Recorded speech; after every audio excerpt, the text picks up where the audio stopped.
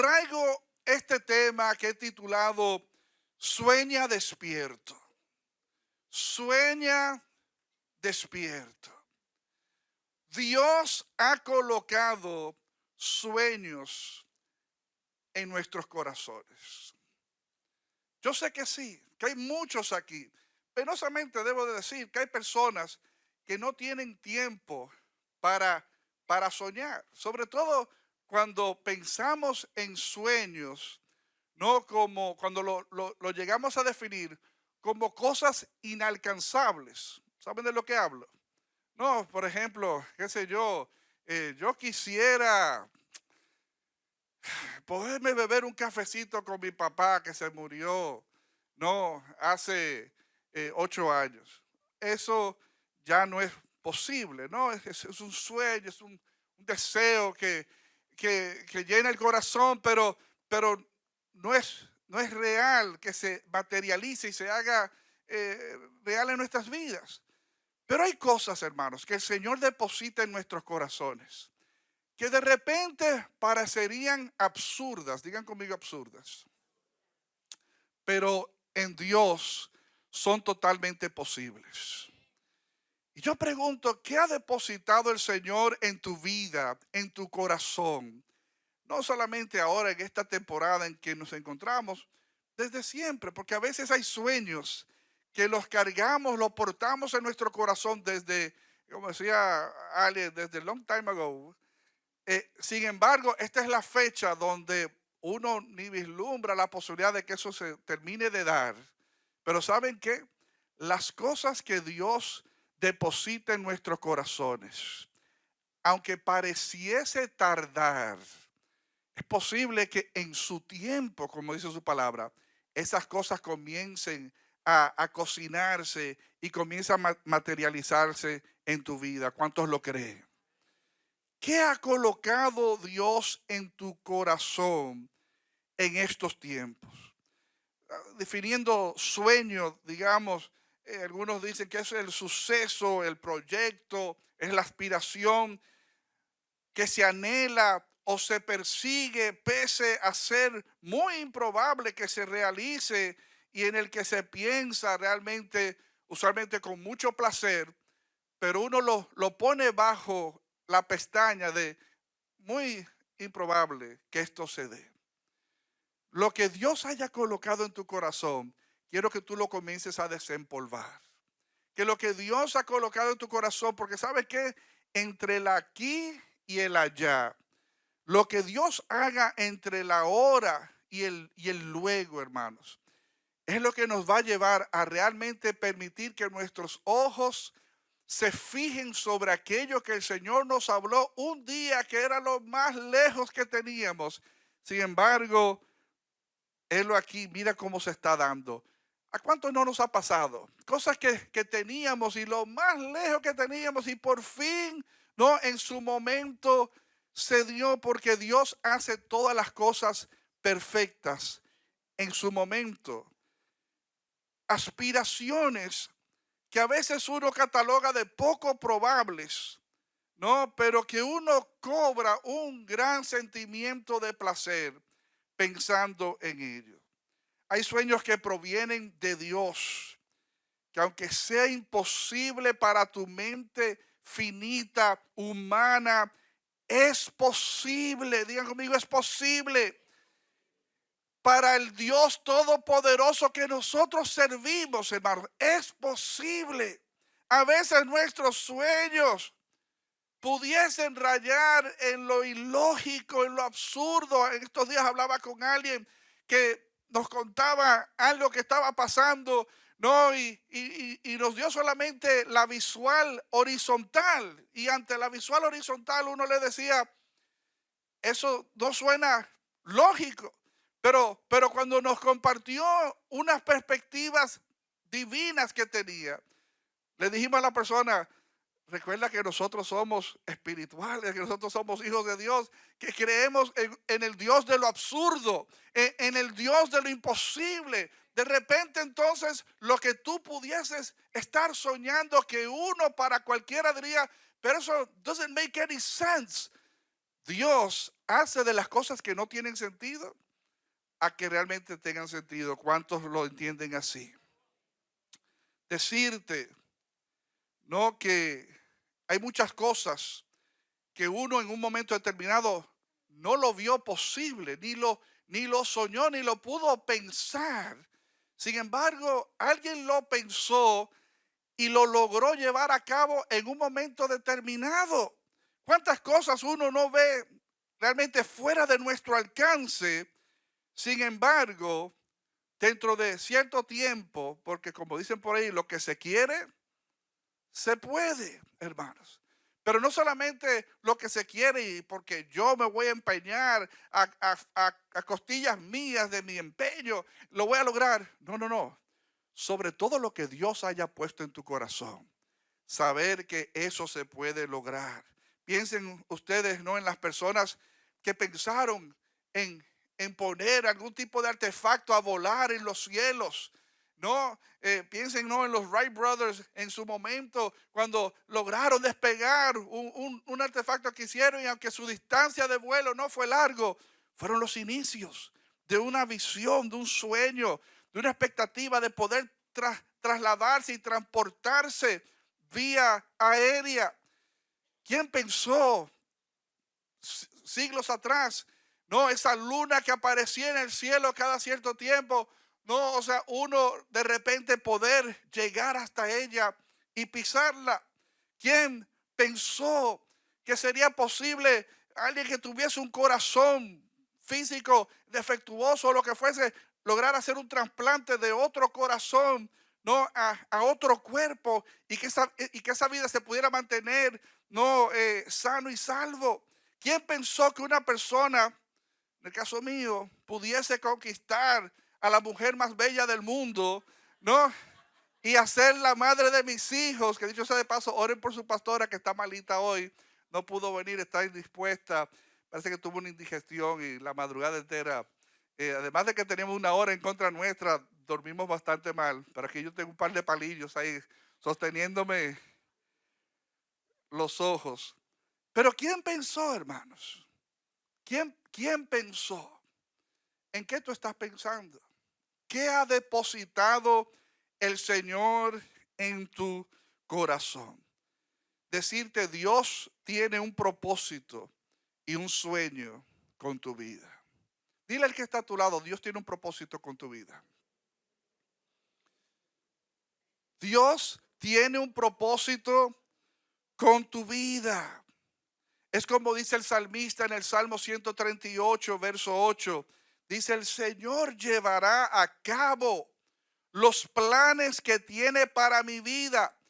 Hermanos, y ténganlo eso por seguro, el Señor llevará a cabo los planes que Él tiene para mi vida. Pues tu fiel amor, oh Señor, permanece para siempre. No me abandones porque tú me creaste. Esta es la certeza que necesitamos tener, hermanos, de que el Señor va a cumplir sus propósitos. Lo que Él tiene ideado, lo que Él tiene pensado, lo que Él nos ha expresado, lo que nos ha revelado en una lectura, en un sueño, en una conversación, en un momento de reflexión, lo que el Señor haya puesto en tu corazón, as far-fetched as it may sound, tan loco y despachado que sea el pensamiento, Dios tiene un propósito, un sueño con tu vida que en su momento Él lo va a aterrizar. Vayan conmigo a Génesis capítulo 37. Génesis 37. Quiero hacerles este recuento de Génesis 37, no sin antes hacerles algunas observaciones. Obviamente aquí está hablando la historia de una familia encabezada por Jacob. Sabemos que Jacob no fue un descendiente de Abraham. Hablamos de Abraham, hablamos de Isaac, luego hablamos de Jacob. En muchos sentidos, estos tres siendo tres figuras muy centrales, ¿no?, a la comunidad hebrea, a la historia judía. Jacob fue padre de José, digan conmigo, padre de José. Pero Jacob Era una familia interesante. ¿Cuántos de nosotros tenemos una familia peculiar? Siendo honesto, levante la mano. ¿No? Una familia de esas pintorescas. Una familia donde hay un poquito de todo. A veces mi familia y yo nos gusta sentarnos, porque toda familia tiene un poquito de todo. Y comenzamos a hacer, ¿quién es el loco de la familia? ¿Y quién es la loca de la familia? O sea, y nos reímos, pero todas las familias tienen, ¿no? O sea, su colorido. La familia de Jacob no se escapaba de ser una familia interesante. Hago el paréntesis y digo, no importa cuán pintoresca sea tu familia, no, Dios tiene cosas buenas que quiere hacer en y a través de ti. Aún la vida de Jesús, cuando uno lee la genealogía de Jesús, o sea, todo su árbol genealógico, ustedes saben que, tema para otro día, hasta prostituta tenía Jesús en su ascendencia. Estamos conscientes de eso. De una prostituta forma parte de la ascendencia de Jesús. O sea, y todos venimos de una realidad pintoresca. Pero ¿saben cuál es el game changer? O sea, ¿qué es lo que cambia el panorama? El abrazar la fe en Cristo. Si tú estás en Cristo, y quiero pensar que si estás aquí sentado en esta mañana, es o porque estás enraizado en el Señor o estás interesado en conocer más del Señor, estás en un buen lugar. No Iglesia Victoria, sino buscando palabra de Dios, presencia de Dios, buscando la mano de Dios sobre tu vida.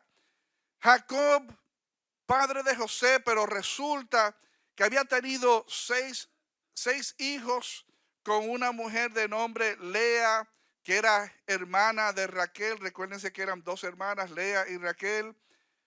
Recuérdense que Raquel era la mujer a quien Jacob amaba, con quien se quiso casar, trabajó unos años para el padre, dentro de las cosas culturales de la época, ¿no? Trabajó, creo que fueron 7 años, ¿no? Para su papá, para que le diera permiso y le concediera a la hija. Después de trabajar 7 años, el papá le da espejito por oro, ¿no? Y le da a Lea, ¿no? Que quizás no era la más buena moza de la familia. Y entonces, si quieres a Raquel, le dice, tiene que trabajar 7 años más. Y Jacob, pues, trabaja 7 años más hasta obtener a la mujer a quien él realmente amaba. Tuvo, además de los 6 hijos que tuvo con esa primera esposa Lea, tuvo 2 hijos de una trabajadora de la casa de Lea. Tuvo 2 hijos de la trabajadora de la casa de Raquel. Sabía que coserle el zipper a Jacob. Y eventualmente tiene 2 hijos con Raquel, quien él realmente amaba. ¿Están conmigo, amados? O sea, este es el mangú, ¿no? Este es el sancocho de familia de la cual se desprende José, un personaje ilustre, pero no solamente José, Jacob, el muy querido y mencionado Jacob. Pero fíjense toda la disfunción de la vida de Jacob, porque a veces nuestras vidas no son, it's not all together, o sea, nuestras vidas no están del todo alineadas, pero si nos ponemos en manos de Dios, Dios comienza a ordenar nuestros pasos. José terminó siendo el 11º hijo de los 12 hijos que tuvo Jacob, siendo Benjamín el más pequeño, ¿no? Recuérdense que luego en esta historia, siendo José, ¿no?, un funcionario del ejército, perdón, del imperio egipcio, cuando vienen sus hermanos, vienen sin Benjamín, que era el pequeño, y él pregunta, ¿ve que Benjamín, el pequeño, está con papá allá en la tierra? O sea, él era el 11º. Leemos a partir del verso 1, Génesis 37, verso 1, dice: habitó Jacob en la tierra donde había morado su padre, en la tierra de Canaán. Esta es la historia de la familia de Jacob. José, siendo de edad de 17 años, ¿cuántos tenemos aquí cercanos a 17 años? Los jóvenes por aquí, Marlene, baja la mano. No, o sea, 17 años, apacentaba las ovejas con sus hermanos. Y el joven José estaba con los hijos de Bilá y con los hijos de Silpa, mujeres de su padre, e informaba José a su padre la mala fama de ellos. Déjeme comenzar por ahí. Era uno de los más pequeños, ¿no? El onceavo de 12. Desde los 17 años lo vemos sirviendo en las propiedades, en los intereses de la familia. Estaba apacentando las ovejas, o sea que no estaba viendo TikTok en el celular, no estaba tomando siestas de 6 horas. O sea, era un muchacho de 17 años, laborioso, responsable, ocupado en alguna delegación que le haya dado su papá de que cuidara estas ovejas de tal hora a tal hora. Esto es importante recalcarlo. ¿Saben por qué? Porque de José vemos que él tenía lo que muchos han llamado un dote administrativo, ¿no? Y luego lo vemos, ¿no? A partir de este relato que estoy leyendo, que cuando viene a caer en tierra egipcia, lo ponen como administrador, lo ponen, ¿no? Como mayordomo de una propiedad, de un hogar, de una casa. Entonces, es importante que sepamos, hermanos, que desde joven y aún mucho antes de los 17 años, podemos nosotros comenzar a comunicar con nuestro carácter, nuestra integridad, nuestra visión de vida, nuestro potencial. Podemos comenzar a dejarle saber al otro para lo que uno da. No sé cuántos de ustedes no han tenido la experiencia, sea con sus propios hijos o con alguien, que uno le ve un perfil, ¿no? De hombrecito, de mujercita, ¿no? De persona madura, de persona aterrizada, de persona responsable. O sea, y uno le ve por la manera en que piensa, por la manera en que habla, por su responsabilidad, por su visión de cómo he runs with things, cómo corre con las cosas. Entonces, evidentemente, José, con 17 años, estaba ocupado de las cosas de su papá, pero tenía una característica interesante, que era medio chismosito. Porque dice que él, en sus menesteres en el campo, dice, informaba José a su padre Jacob la mala fama de ellos. O sea, que él era el chivato. O sea, que José, cuando veía a sus hermanos conduciéndose de una manera inadecuada, él era que iba y le susurraba, papá, tú no sabes lo que hizo Rubén, que dejó las ovejas, tú dijiste que las atendiera hasta las 3 y al mediodía fue de que a cogerse un break y no apareció más nunca más. O sea, y comenzó, ¿no? a delatar las andanzas, las conversaciones, el mal proceder de sus hermanos.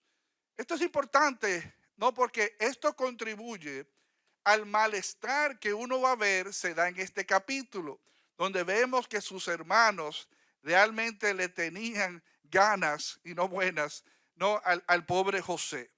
¿No? Joven, José joven, sin mucha experiencia, algo chismosito, como ya decía, estaba delatando las malas andanzas, el mal proceder de sus hermanos mayores al papá.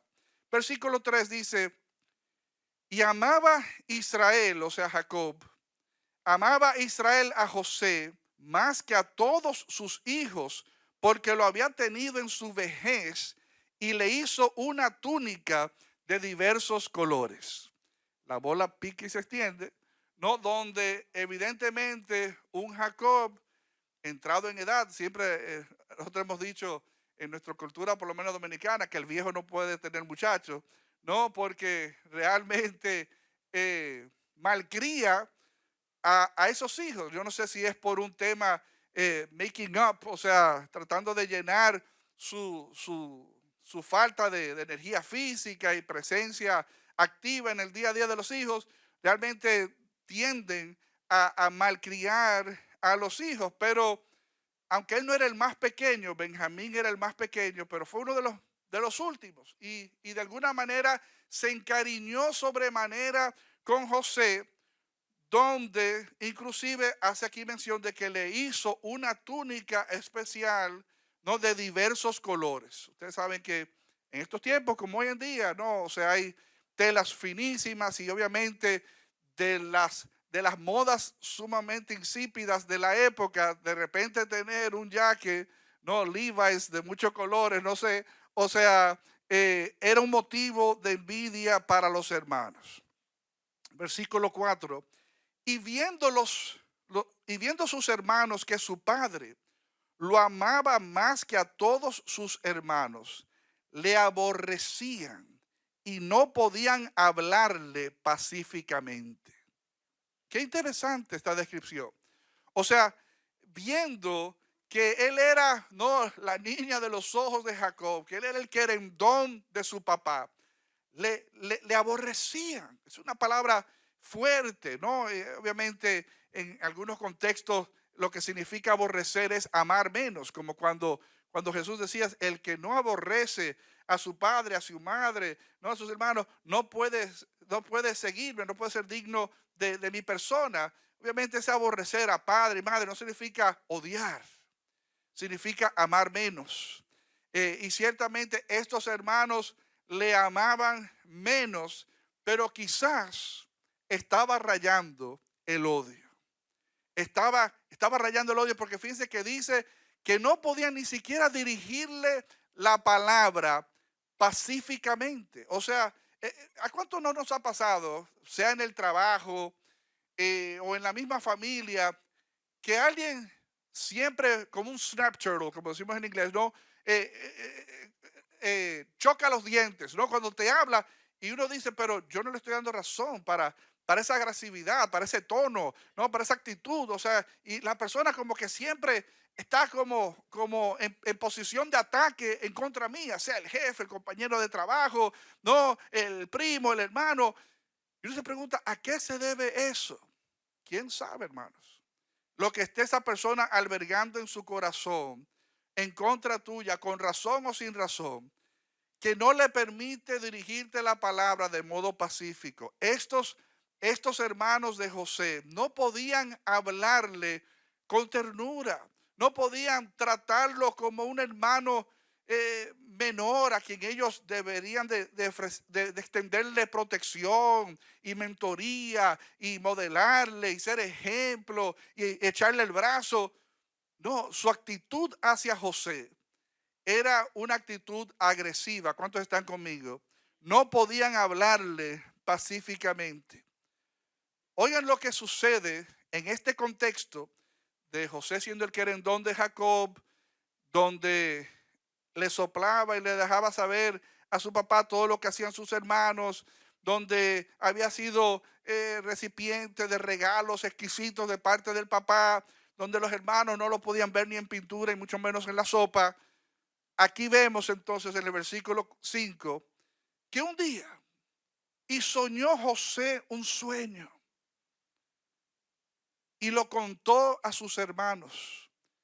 Y ellos llegaron a aborrecerle más todavía. O sea, a veces uno dice de personas, esta persona no me pudiese tratar peor de lo que ya me trata. Guess what? O sea, nivel Dios, como dicen alguna gente. O sea, lo suben a otro nivel, su repudio, su odio, su malestar, o sea, y lo encrudece. Dice que al compartirle el sueño, al contárselo a sus hermanos, estos llegaron a aborrecerle más. Oigan lo que dice el versículo 6. Y él les dijo, oíd ahora este sueño que he soñado. He aquí, dice él, que atábamos manojos en medio del campo. O sea, pensando no en las estacas, no, uno las une y las amarra juntos, no, al cortarlas todas de un campo. Dice, atábamos los manojos en medio del campo, y he aquí que mi manojo se levantaba y estaba derecho, y que vuestros manojos estaban alrededor y se inclinaban al mío. Versículo 8, le respondieron sus hermanos, porque tuvieron una interpretación y un entendimiento correcto, dicho sea de paso, ¿no? Que a veces hay personas que dicen, pastor, yo tuve un sueño, ¿qué te parece si me viene con un sueño? Yo, realmente ese no es mi don, pero, eh, Pero a veces tengo un parecer y les digo, o sea, no, si yo creo, no lo lleve al banco, ni mucho menos lo deposite, porque te puede rebotar ese cheque, pero mi impresión es que quizás el Señor lo que te está diciendo es tal cosa. Pero estos hermanos fueron certeros, porque lo vemos al final de todo este relato, ¿no? Los hermanos le respondieron, ¿reinarás tú sobre nosotros o te enseñorearás sobre nosotros? Y le aborrecieron aún más a causa de sus sueños y sus palabras. O sea, fíjense que el asunto iba de mal en peor. O sea, no había nada que pudiese decir o hacer José que ayudase a su caso. Y cuando les comparte ese sueño, mire, usted no sabe que yo tuve este sueño y mi manojo estaba derecho y el manojo de ustedes estaban todos alrededor, postrados alrededor del mío.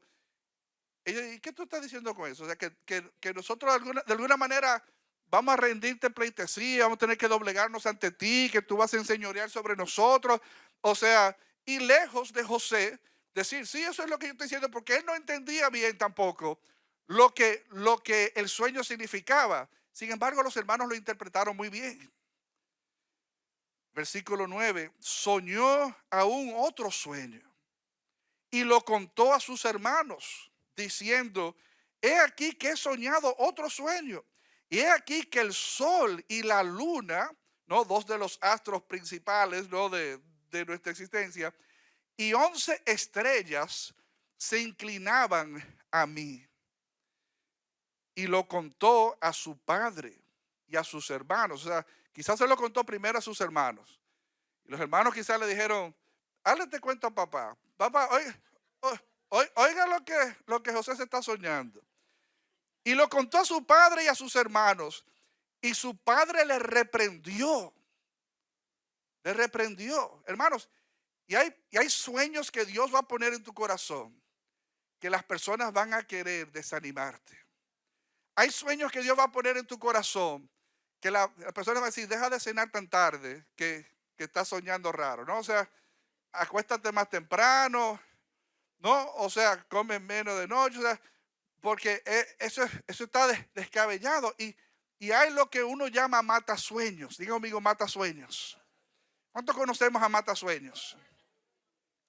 Quizás tus padres fueron matasueños.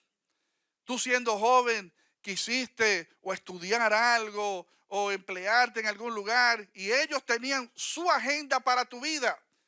Pero sucede y viene a ser que Dios tiene una agenda para tu vida que siempre es mejor que la de nuestros padres. Entonces, a veces uno consulta a nuestros padres o el hermano o la abuelita, el amigo, el compañero de trabajo, el compañero de estudio, el hermano de la iglesia inclusive, y son matasueños porque no tienen la capacidad de creerle a un Dios, no de lo imposible.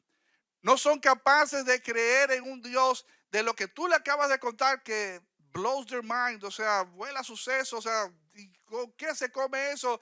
No son capaces de ver que Dios lo puede hacer en la vida de alguien. Entonces necesitamos evitar a veces los matasueños. Y fíjense que aquí no solamente vemos a los hermanos jugando un papel de matasueños, aún su papá juega un papel, lo reprendió y le dijo, ¿qué sueño es este que soñaste? ¿Acaso? Y fíjense que él también interpreta bien el sueño. ¿Acaso vendremos yo y tu madre? O sea, él discernió que el sol y la luna eran él y su esposa, ¿no? ¿Acaso vendremos yo y tu madre y tus hermanos a postrarnos en tierra ante ti? Y sus hermanos le tenían envidia, mas su padre meditaba en esto. Porque déjenme decirles, cuando dice ahí, mas su padre meditaba en esto, eso me recuerda a cuando el ángel le anunció a María lo que había de sufrir su hijo recién nacido Jesús. ¿Cuántos recuerdan el episodio? ¿No? Donde en Lucas me parece el ángel le declara que iba a padecer y que iba a sufrir. O sea, háblame de pañales y de baby wipe. O sea, y el ángel le está dando una visión futura, una visión, un sueño, por así decir, de lo que iba a ser la vida de Jesús. Y ella it was too much to handle. O sea, ella de seguro no pudo entender en ese momento lo que eso significaba. Sin embargo, dice que todo lo que el ángel le dijo, lo guardó en su corazón. Hermanos, nosotros hacemos bien. Sea que nosotros seamos los portadores del sueño o que escuchemos el sueño de otro, que no lo descartemos ligeramente, que no lo despachemos ligeramente, que lo sepamos apreciar y guárdalo en tu corazón. Tú no sabes cómo las cosas se van a ir dando, cómo van las cosas a ir evolucionando. Como decía la abuelita, el mundo da muchas vueltas. O sea, hoy no es posible uno verlo, pero quién sabe, if God is behind this, si Dios está detrás de esto que se está diciendo, que se está comunicando, hoy no hace sentido, pero puede ser que mañana sí haga sentido.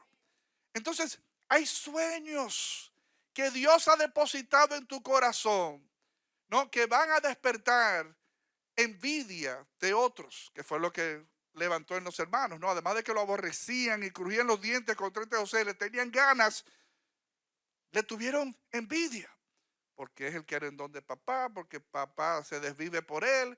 Entonces ahora tiene unos sueños, o sea que over my dead body, o sea, se van a dar, o sea, haré todo lo posible para que eso no se materialice. Hay matasueños en tu vida, hermanos, pero descansa en el saber que Dios tiene control de tus tiempos. Sueña despierto. No, porque a veces los sueños de Dios pudiesen venir en el estado inerte, ¿no? De reposo en las madrugadas. Pero a veces Dios deposita cosas, usted con sus ojos bien abiertos, bien consciente, y Dios trae algo a tu corazón, and it overwhelms you, te sobrecoge. Y tú dices, oh my goodness, tengo que compartir eso, porque a veces es tan impresionante que uno lo quiere compartir. Y cuando uno va con todo el gozo a decírselo a alguien, la cubeta de agua fría, o sea, y nos sacude, nos quita, o sea, nos tumban la nota, el entusiasmo, la esperanza, la fe, porque son matasueños. Ten cuidado de con quién tú compartes tus sueños. Por eso siempre decimos a las personas de quien tú quieres una retroalimentación con peso, asegúrate que no sea cualquiera. Puede ser que usted tenga 2,000 amigos en Facebook, pero les aseguro que esos 2,000 amigos en Facebook, quizás no todos, ¿no? Son los indicados para tú compartir tus sueños. Tú necesitas personas maduras, que sean espirituales sobre todo, ¿no?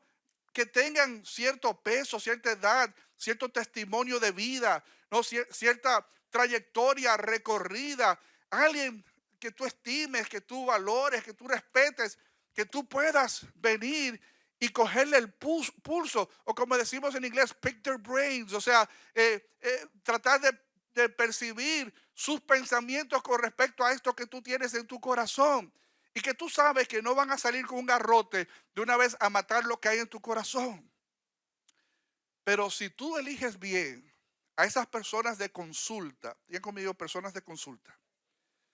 Si tú eliges bien a esas personas de consulta, aún te diesen una negativa, es para que por lo menos tú lo guardes en tu corazón.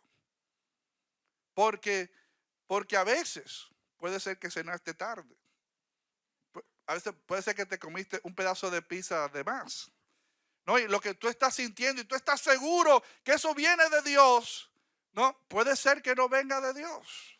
O sea, y tienes que mantenerte abierto a esa idea. Y a veces, y si tú consultas, como yo siempre digo, ¿no? En la multitud de consejos hay sabiduría. Pero yo siempre añado, es pensamiento mío, pero no siempre la mayoría tiene la razón. Muchas veces en la palabra de Dios y en la vida uno ve que no siempre la mayoría tiene la razón. ¿Están conmigo? Si no están de acuerdo, algún día lo estarán, porque es así. La mayoría no siempre tiene la razón, pero debo de decirles, en un alto porcentaje, si hay una voz colectiva de personas percibiendo y diciendo algo, presta la atención. O sea, considera lo que se está diciendo.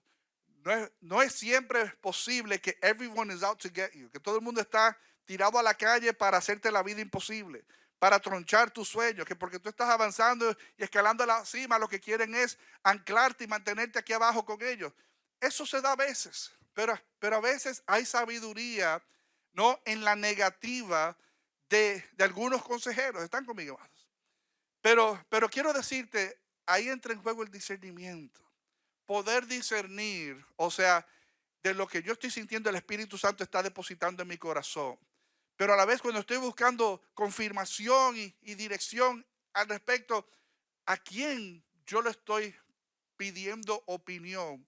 Porque si tú lo haces con cualquiera, ¿no? Y hay personas que son amistades de chercha y de cualquier cosa, o sea, para pasarla bien, pero no son las personas indicadas para una decisión, la toma de una decisión de valor, de importancia.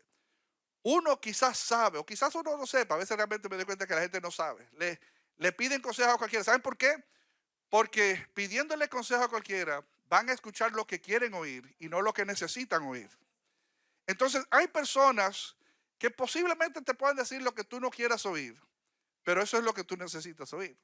O sea, la palabra confrontadora, el espejo que te van a poner por delante, que te va a permitir ver algo que tú no estás viendo, porque todos andamos, como decimos siempre, no con puntos ciegos, así como en el carro los espejos dicen que hay puntos, no que están ciegos a la vista. A veces usted mira por el retrovisor y no ve ningún carro, pero hay uno ahí en un ángulo, en una posición perfecta, donde usted no lo ve, el de afuera sí lo ve, pero usted desde su posición no lo puede ver. Entonces usted necesita a veces, ¿no? Aunque los carros modernos no ahora tienen satélite e imágenes de todas partes, o sea, esos carros son chéveres, dicho sea de paso.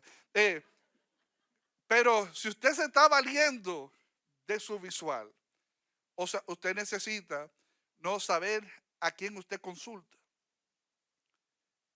Dice que el papá meditaba en esto. Versículo 12. Después fueron sus hermanos a apacentar las ovejas de su padre en Siquem.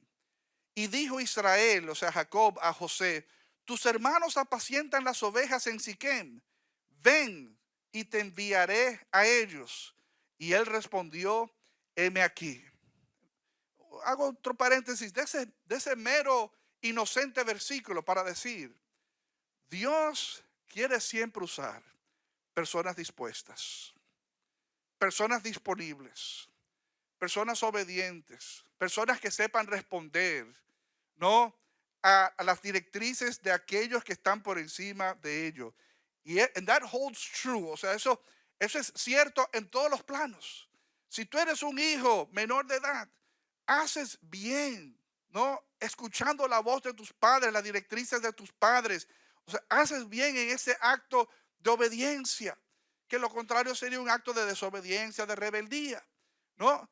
Y en todos los demás planos, en el trabajo, en la iglesia, cuando usted sabe estar bajo órdenes, bajo dirección, ¿no? Su vida tiene un potencial de ser promovida a mayores cosas. Porque si nosotros solamente no respondemos a si me lo dice fulano, pero si me lo dice fulano, no, o sea, recuérdense la historia de Jesús con aquel centurión, que dice: no he hallado fe en ningún otro lugar como la fe de este centurión. ¿Y qué fue lo que encontró en el centurión? Una fe y una revelación, un entendimiento de autoridad. Eso lo dimos, ¿no? en la Academia Bíblica, creo, y si no, lo veremos en algún momento. O sea, donde vemos que él decía, o sea, no tienes que llegar hasta la casa. O sea, usted es un hombre con autoridad y yo por igual. O sea, tengo autoridad y estoy bajo autoridad. Cuando yo le digo a alguien, ven, ellos vienen. Cuando le digo, ve, ellos van. O sea, solamente de la palabra y yo sé que se va a hacer, usted no tiene que molestar. Y Jesús se quedó impresionado, o sea, con el entendimiento, no de sujeción y obediencia, no, y es la obediencia, hermanos, y la disponibilidad de corazón, porque él pudo decir: no, papi, yo estoy viendo un programa que American Idol salió hoy eso no lo podemos dejar para mañana. No, hermanos, o sea, cuando uno tiene un corazón dispuesto, como José, que le dijo: ven que te voy a enviar a tus hermanos que están en el campo trabajando. Dice que él respondió, heme aquí. ¿No dijo eso también Jesús cuando el Padre decía, ¿a quién enviaré? ¿No? En ese momento en la eternidad, posiblemente eh, preexistencia del hombre, ¿a quién enviaré? O sea, heme aquí, envíame a mí. Esa disposición, hermanos, de servicio es inmensa. It goes a long way. O sea, va lejos tu disponibilidad de servicio. ¿Cuántos están conmigo? E Israel, versículo 14, le dijo, ve ahora, mira cómo están tus hermanos y cómo están las ovejas y tráeme la respuesta. Y lo envió del valle de Hebrón y llegó a Siquem. Y lo halló un hombre andando él errante por el campo y le preguntó a aquel hombre diciendo, ¿qué buscas? José respondió, busco a mis hermanos, te ruego que me muestres dónde están apacentando. Aquel hombre respondió, ya se han ido de aquí y yo les oí decir, vamos a Dotán. Entonces José fue tras de sus hermanos y los halló en Dotán. Y cuando, versículo 18, y cuando ellos, los hermanos, lo vieron de lejos, antes de que llegara cerca de ellos, conspiraron contra él para matarle. Hermanos, porque a veces no solamente estamos lidiando con matasueños, a veces hay personas que nos quieren matar a nosotros, quieren salir de nosotros. ¿A cuánto no le ha pasado en un lugar de trabajo, de empleo, no, donde usted sabe que hay ese empleado que le está serruchando el palo por detrás, ¿sí o no? O sea, que lo está calumniando, se está quejando, usted no sabe que fulano llegó 10 minutos tarde, usted no sabe que fulano, usted le dijo que terminara las 3 góndolas y solamente hizo 2. O sea, personas que están buscando tu despido, están buscando no que te reprendan, están buscando no que te llamen a la oficina de recursos humanos, ¿no? Para cuestionarte y meterte presión. Porque así es el enemigo de nuestras vidas, hermanos. Que siempre anda buscando tronchar los propósitos de Dios a nuestras vidas. Y fíjense que los hermanos, cuando lo ven a José acercándose en Dotán de lejos, conspiraron. Conspiraron es una rica palabra. Porque en el tiempo en que sus ojos fijaron que ese era José que venía por allá, o sea, comenzaron a tramar. O sea, yo propongo que hagamos esta cosa. No, no, no, vamos a hacer esto. O sea, comenzaron a conspirar, a armar un plan para matarlo, hermanos. O sea no, no para meterle miedo, no para amenazarlo, no para sacudirlo un poco, para matarlo, hermanos. Y dijeron el uno al otro, he aquí, viene el soñador. ¿Cuántas veces cuando tú te acercas a personas no dirán lo mismo? Ahí viene el soñador. Ahí tiene el que tiene este sueño de vida, esta visión de vida, esta persona que aspira a tal cosa. Necesitamos soñadores, hermanos. ¿Cuántos soñadores tenemos en este salón? Necesitamos soñar en el Señor, pero no daydreaming, como decimos, no así como, ay, que yo quisiera, qué sé yo, ayer creo que era yo vine en el carro diciéndole a mi familia que en el 2020, yo dije, wow, parece mentira que estuve así de cerca de dar el viaje a Israel que siempre he anhelado y ahí se metió el COVID. O sea, estuve a ley de días, o sea, el 9 cerró todo, yo creo que nos íbamos como el 8, bueno, Nayib era parte del viaje y luego llegó a ir. O sea, eh, cerca. Y ellos me dijeron, no, pero no dejes de soñar. O sea, un día se te puede dar. Y es un sueño que se puede dar en un momento determinado. Pero a veces soñamos cosas, hermanos, sumamente descabelladas. O sea, que estamos fantaseando. Digan conmigo, fantaseando. Entonces, no se ponga a fantasear porque eso es perder tiempo. Ahora, si lo que pudiese ser fantasía para otro es algo que Dios ha colocado en tu corazón, sueña con eso. Piensa en eso. Aunque la gente se ría de ti, aunque se burle de ti, aunque diga, pero ¿y este muchacho qué está pensando?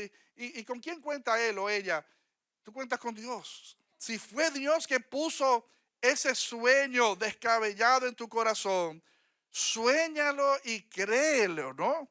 Entonces, decían ellos, aquí viene el soñador.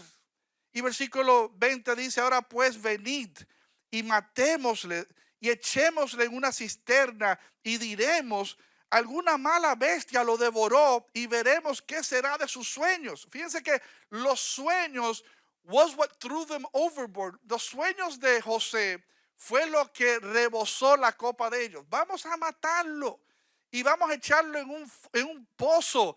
Y después le decimos a papá y a la gente que un animal, un león del campo, se lo comió. Y vamos a ver entonces a dónde van a parar esos sueños de él.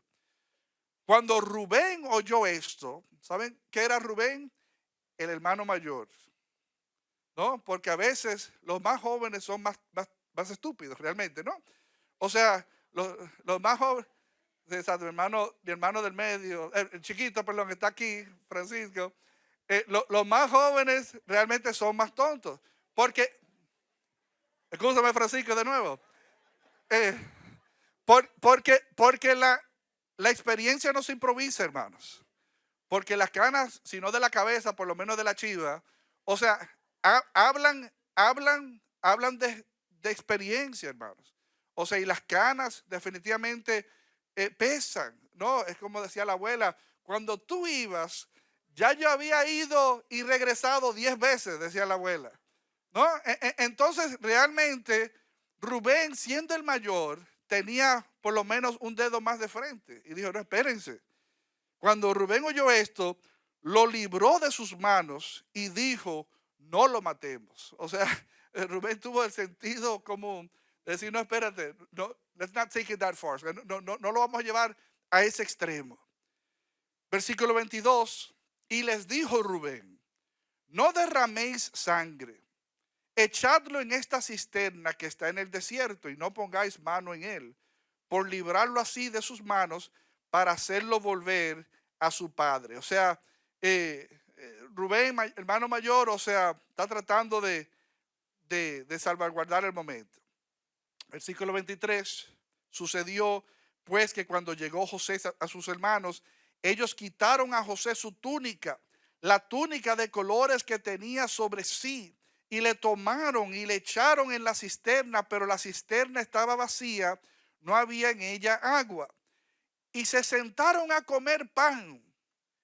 Y alzando los ojos miraron, y he aquí una compañía de ismaelitas que venían de Galat, y sus camellos traían aromas, bálsamo y mirra, e iban a llevarlo a Egipto. O sea, estando ellos ahí, José echado en un pozo, se ponen a comerse su almuerzo, ¿no? Porque a veces hay gente así tan mala que se pueden comer un sándwich y no se les revoltea el estómago, no solamente pensando en lo que pensaban hacer, sino en lo que acababan de hacer, de meter a su hermanito menor en un pozo. Y aquí están comiendo campantemente y ven de reojo que viene una caravana, un desfile, ¿no? De transuentes, ¿no? De peregrinos que van de un lugar a otro, comercializando, según ahí, ¿no? Bálsamo y mirra y demás, camino a Egipto.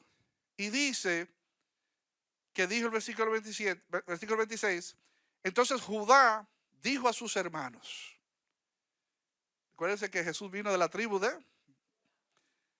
¿qué provecho hay en que matemos a nuestro hermano y encubramos su muerte? O sea, otro hermano que dice, let's not take it that far, o sea, no lo llevemos a ese extremo.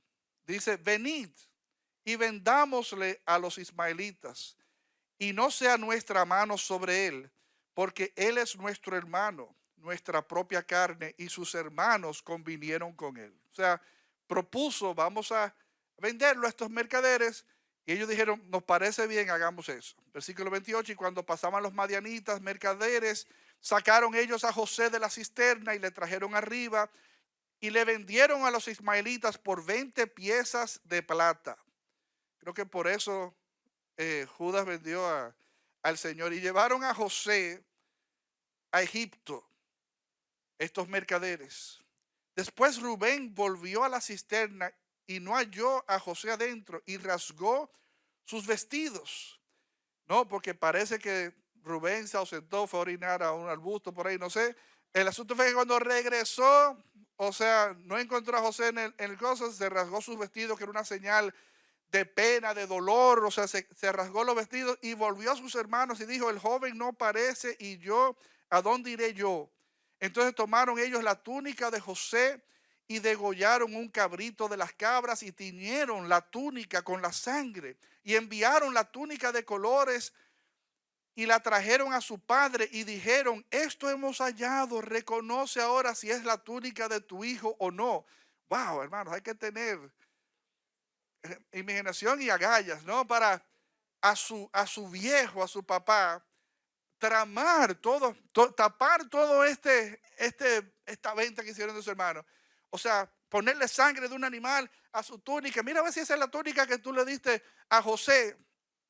Y dice, y él la reconoció, versículo 33, y dijo, la túnica de mi hijo es, alguna mala bestia lo devoró, José ha sido despedazado. Imagínense, hermano, pueden sentir el dolor, o sea, de un Jacob con su, con su puchunguito, como diría mi mamá, o sea, con su niño chiquito, José, a quien él era loco con él. Parece que se lo comió un animal del campo. ¿No? Entonces Jacob rasgó sus vestidos y puso cilicio sobre sus lomos y guardó luto por su hijo muchos días. Y se levantaron todos sus hijos y todas sus hijas para consolarlo, mas él no quiso recibir consuelo y dijo, descenderé enlutado a mi hijo hasta el Seol, y lo lloró su padre. Y los madianitas lo vendieron en Egipto a Potifar, oficial de Faraón, capitán de la guardia. Hermanos, esta historia que les invito a que lo lean con detalle luego porque es una historia hermosísima, tiene un final extraordinario. Porque sabemos que José es vendido a esta casa de Potifar, lo ponen como mayordomo porque tenía, como ya dije, dotes administrativos y lo pusieron de mayordomo. El Potifar estaba sumamente contento, alegre con este nuevo esclavo que tenía en su casa. Era de su confianza, ¿no? Ganó la confianza José de Potifar. Pero sabemos la historia. No, que la mujer de Potifar, porque José era buen mozo, así como su pastor, se enamoró de José, recordamos la historia, ¿no? Y lo trató de seducir y llevar a la cama, y José se vio en la obligación de zafarse y le dejó la túnica, y ella, despechada, se comenzó a dar gritos y lo acusó de que él lo había tratado de violar, y lo meten en la cárcel a José de modo injusto. Y está en la cárcel José malpasando, estando muchísimo tiempo en la cárcel. El faraón tiene un sueño que nadie podía interpretar de las cortes del faraón. Ya José había interpretado unos sueños, ¿no? de algunos expresos que habían subido de vuelta arriba y le dijeron, bueno, allá en la cárcel hay una persona que interpreta sueños, lo mandan a buscar, interpreta el sueño, o sea, y logra de repente ganar el favor del faraón. Y no solamente el favor, sino que parece que aprecian los dotes administrativos de José, porque lo nombran secretario de Industria y Comercio, por así decirlo. ¿No? O sea, lo nombran, no, encargado de todas las producciones alimenticias del reino egipcio en un momento donde estaba en la antesala de una gran hambruna en la zona. ¿Cuántos están conmigo? Y entonces, allí en esa posición, no de mano derecha del faraón, un día su familia, sus hermanos y su papá en tierras más lejanas, pasando la mil y una, pasando hambre, vienen a Egipto buscando alimentos para traer de vuelta. Y cuando un día comparecen ante José, que era el administrador, me imagino ya José 15 años después, con todo su atuendo egipcio, con todos sus gorros, sus maquillajes, sus decoraciones, o sea, irreconocible para ellos, pero él sí reconociendo a sus hermanos. Y cuando ve a sus hermanos, dice inclusive que se aparta, ¿no? Y se acongoja un poco y vuelve y conversa con los hermanos. Y conocemos el baile que se da allí. Y ustedes tienen más familiares. Sí, mi papá se quedó. ¿Y cómo está tu papá? Imagínense si los hermanos tuvieran el discernimiento para interpretar el sueño. Hubiese dicho, ¿y qué curiosidad que tiene este tipo para, no, para preguntar tanto y indagar tanto sobre mi papá? Y de qué, y el hermanito menor. ¿Y cómo tú sabes que yo tengo un hermanito menor? O sea, pero no le caía porque su desespero y su aprieto del momento, o sea, estaban ahí diligenciando, denos la funda que nos va a dar y nos fuimos. O sea, y entonces sabemos, ¿no? Que en un momento determinado, luego de varios episodios interesantes, José se revela a sus hermanos. Se revela a sus hermanos y sus hermanos se ponen blanco como el papel. Porque habrán pensado, Dios mío, o sea, este es José y está vivo, y no solamente vivo y coleando, como diría la abuela, sino que está vivo en una posición donde nuestras vidas ahora corren peligro. O sea, nos va a ejecutar, nos va a matar en venganza. No, va a salir de nosotros. Sin embargo, José tiene una actitud distinta, porque José entendió por fin el sueño. Entendió lo que Dios había depositado en su corazón cuando tenía 17 años. Le dice, ustedes no me han enviado acá, sino que mi Padre, ¿no?, me ha traído hasta acá precisamente para un momento como este, para sacarlos de un apuro, para salvaguardar nuestra raza hebrea. Dios estuvo detrás de todas mis penurias, ¿no? Y recuérdense que cuando estuvo preso está el episodio del panero, el copero, que cuando subió de nuevo al faraón le dijo, mira, cuando estés ahí con el faraón, píchame ese juego, o sea, da una buena palabra por mí, o sea, habla de mí, dile que yo estoy aquí abajo, o sea, y dice al copero se le olvidó. O sea, y pasaron 2 años más. O sea, cuando pensó que estaba en la antesala de su liberación, duró 2 años más preso. O sea, pasó la 1001. Sin embargo, nos dice en par de ocasiones, y Dios estaba con José. Porque si Dios está contigo, mi hermano, entre el aquí y el allá, entre la hora y el cumplimiento del sueño, si Dios está contigo, eso es lo único que vale, hermanos. Eso es lo único que basta para nuestras vidas, saber que Dios está con nosotros. Entonces, saber, hermanos, que Él pudo decir, no me enviaron ustedes. Y uno pudiera decir, ¿cómo que no? La envidia de ellos, no, la mala sangre de ellos, la mala cabeza. No, o sea, eso desgraciado. Sí, dale su merecido. Enséñale quién está en el poder ahora. Que el mundo da vueltas. O sea, que tú no sabes. Eso soy yo en mi carnalidad. Que le estuviese aupando, no, para que se la desquite. José tenía la visión del sueño.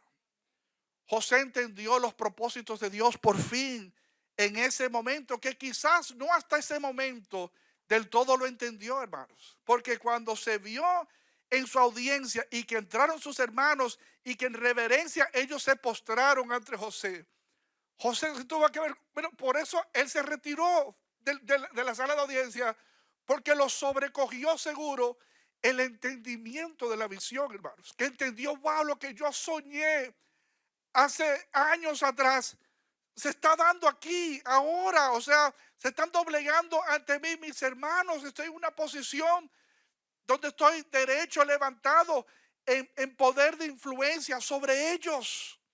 Hermanos, no importa que haya pasado mucho tiempo en tu vida y que tú no veas materializar lo que el Señor puso en tu corazón. Dios tiene tiempos perfectos para cumplir sus propósitos.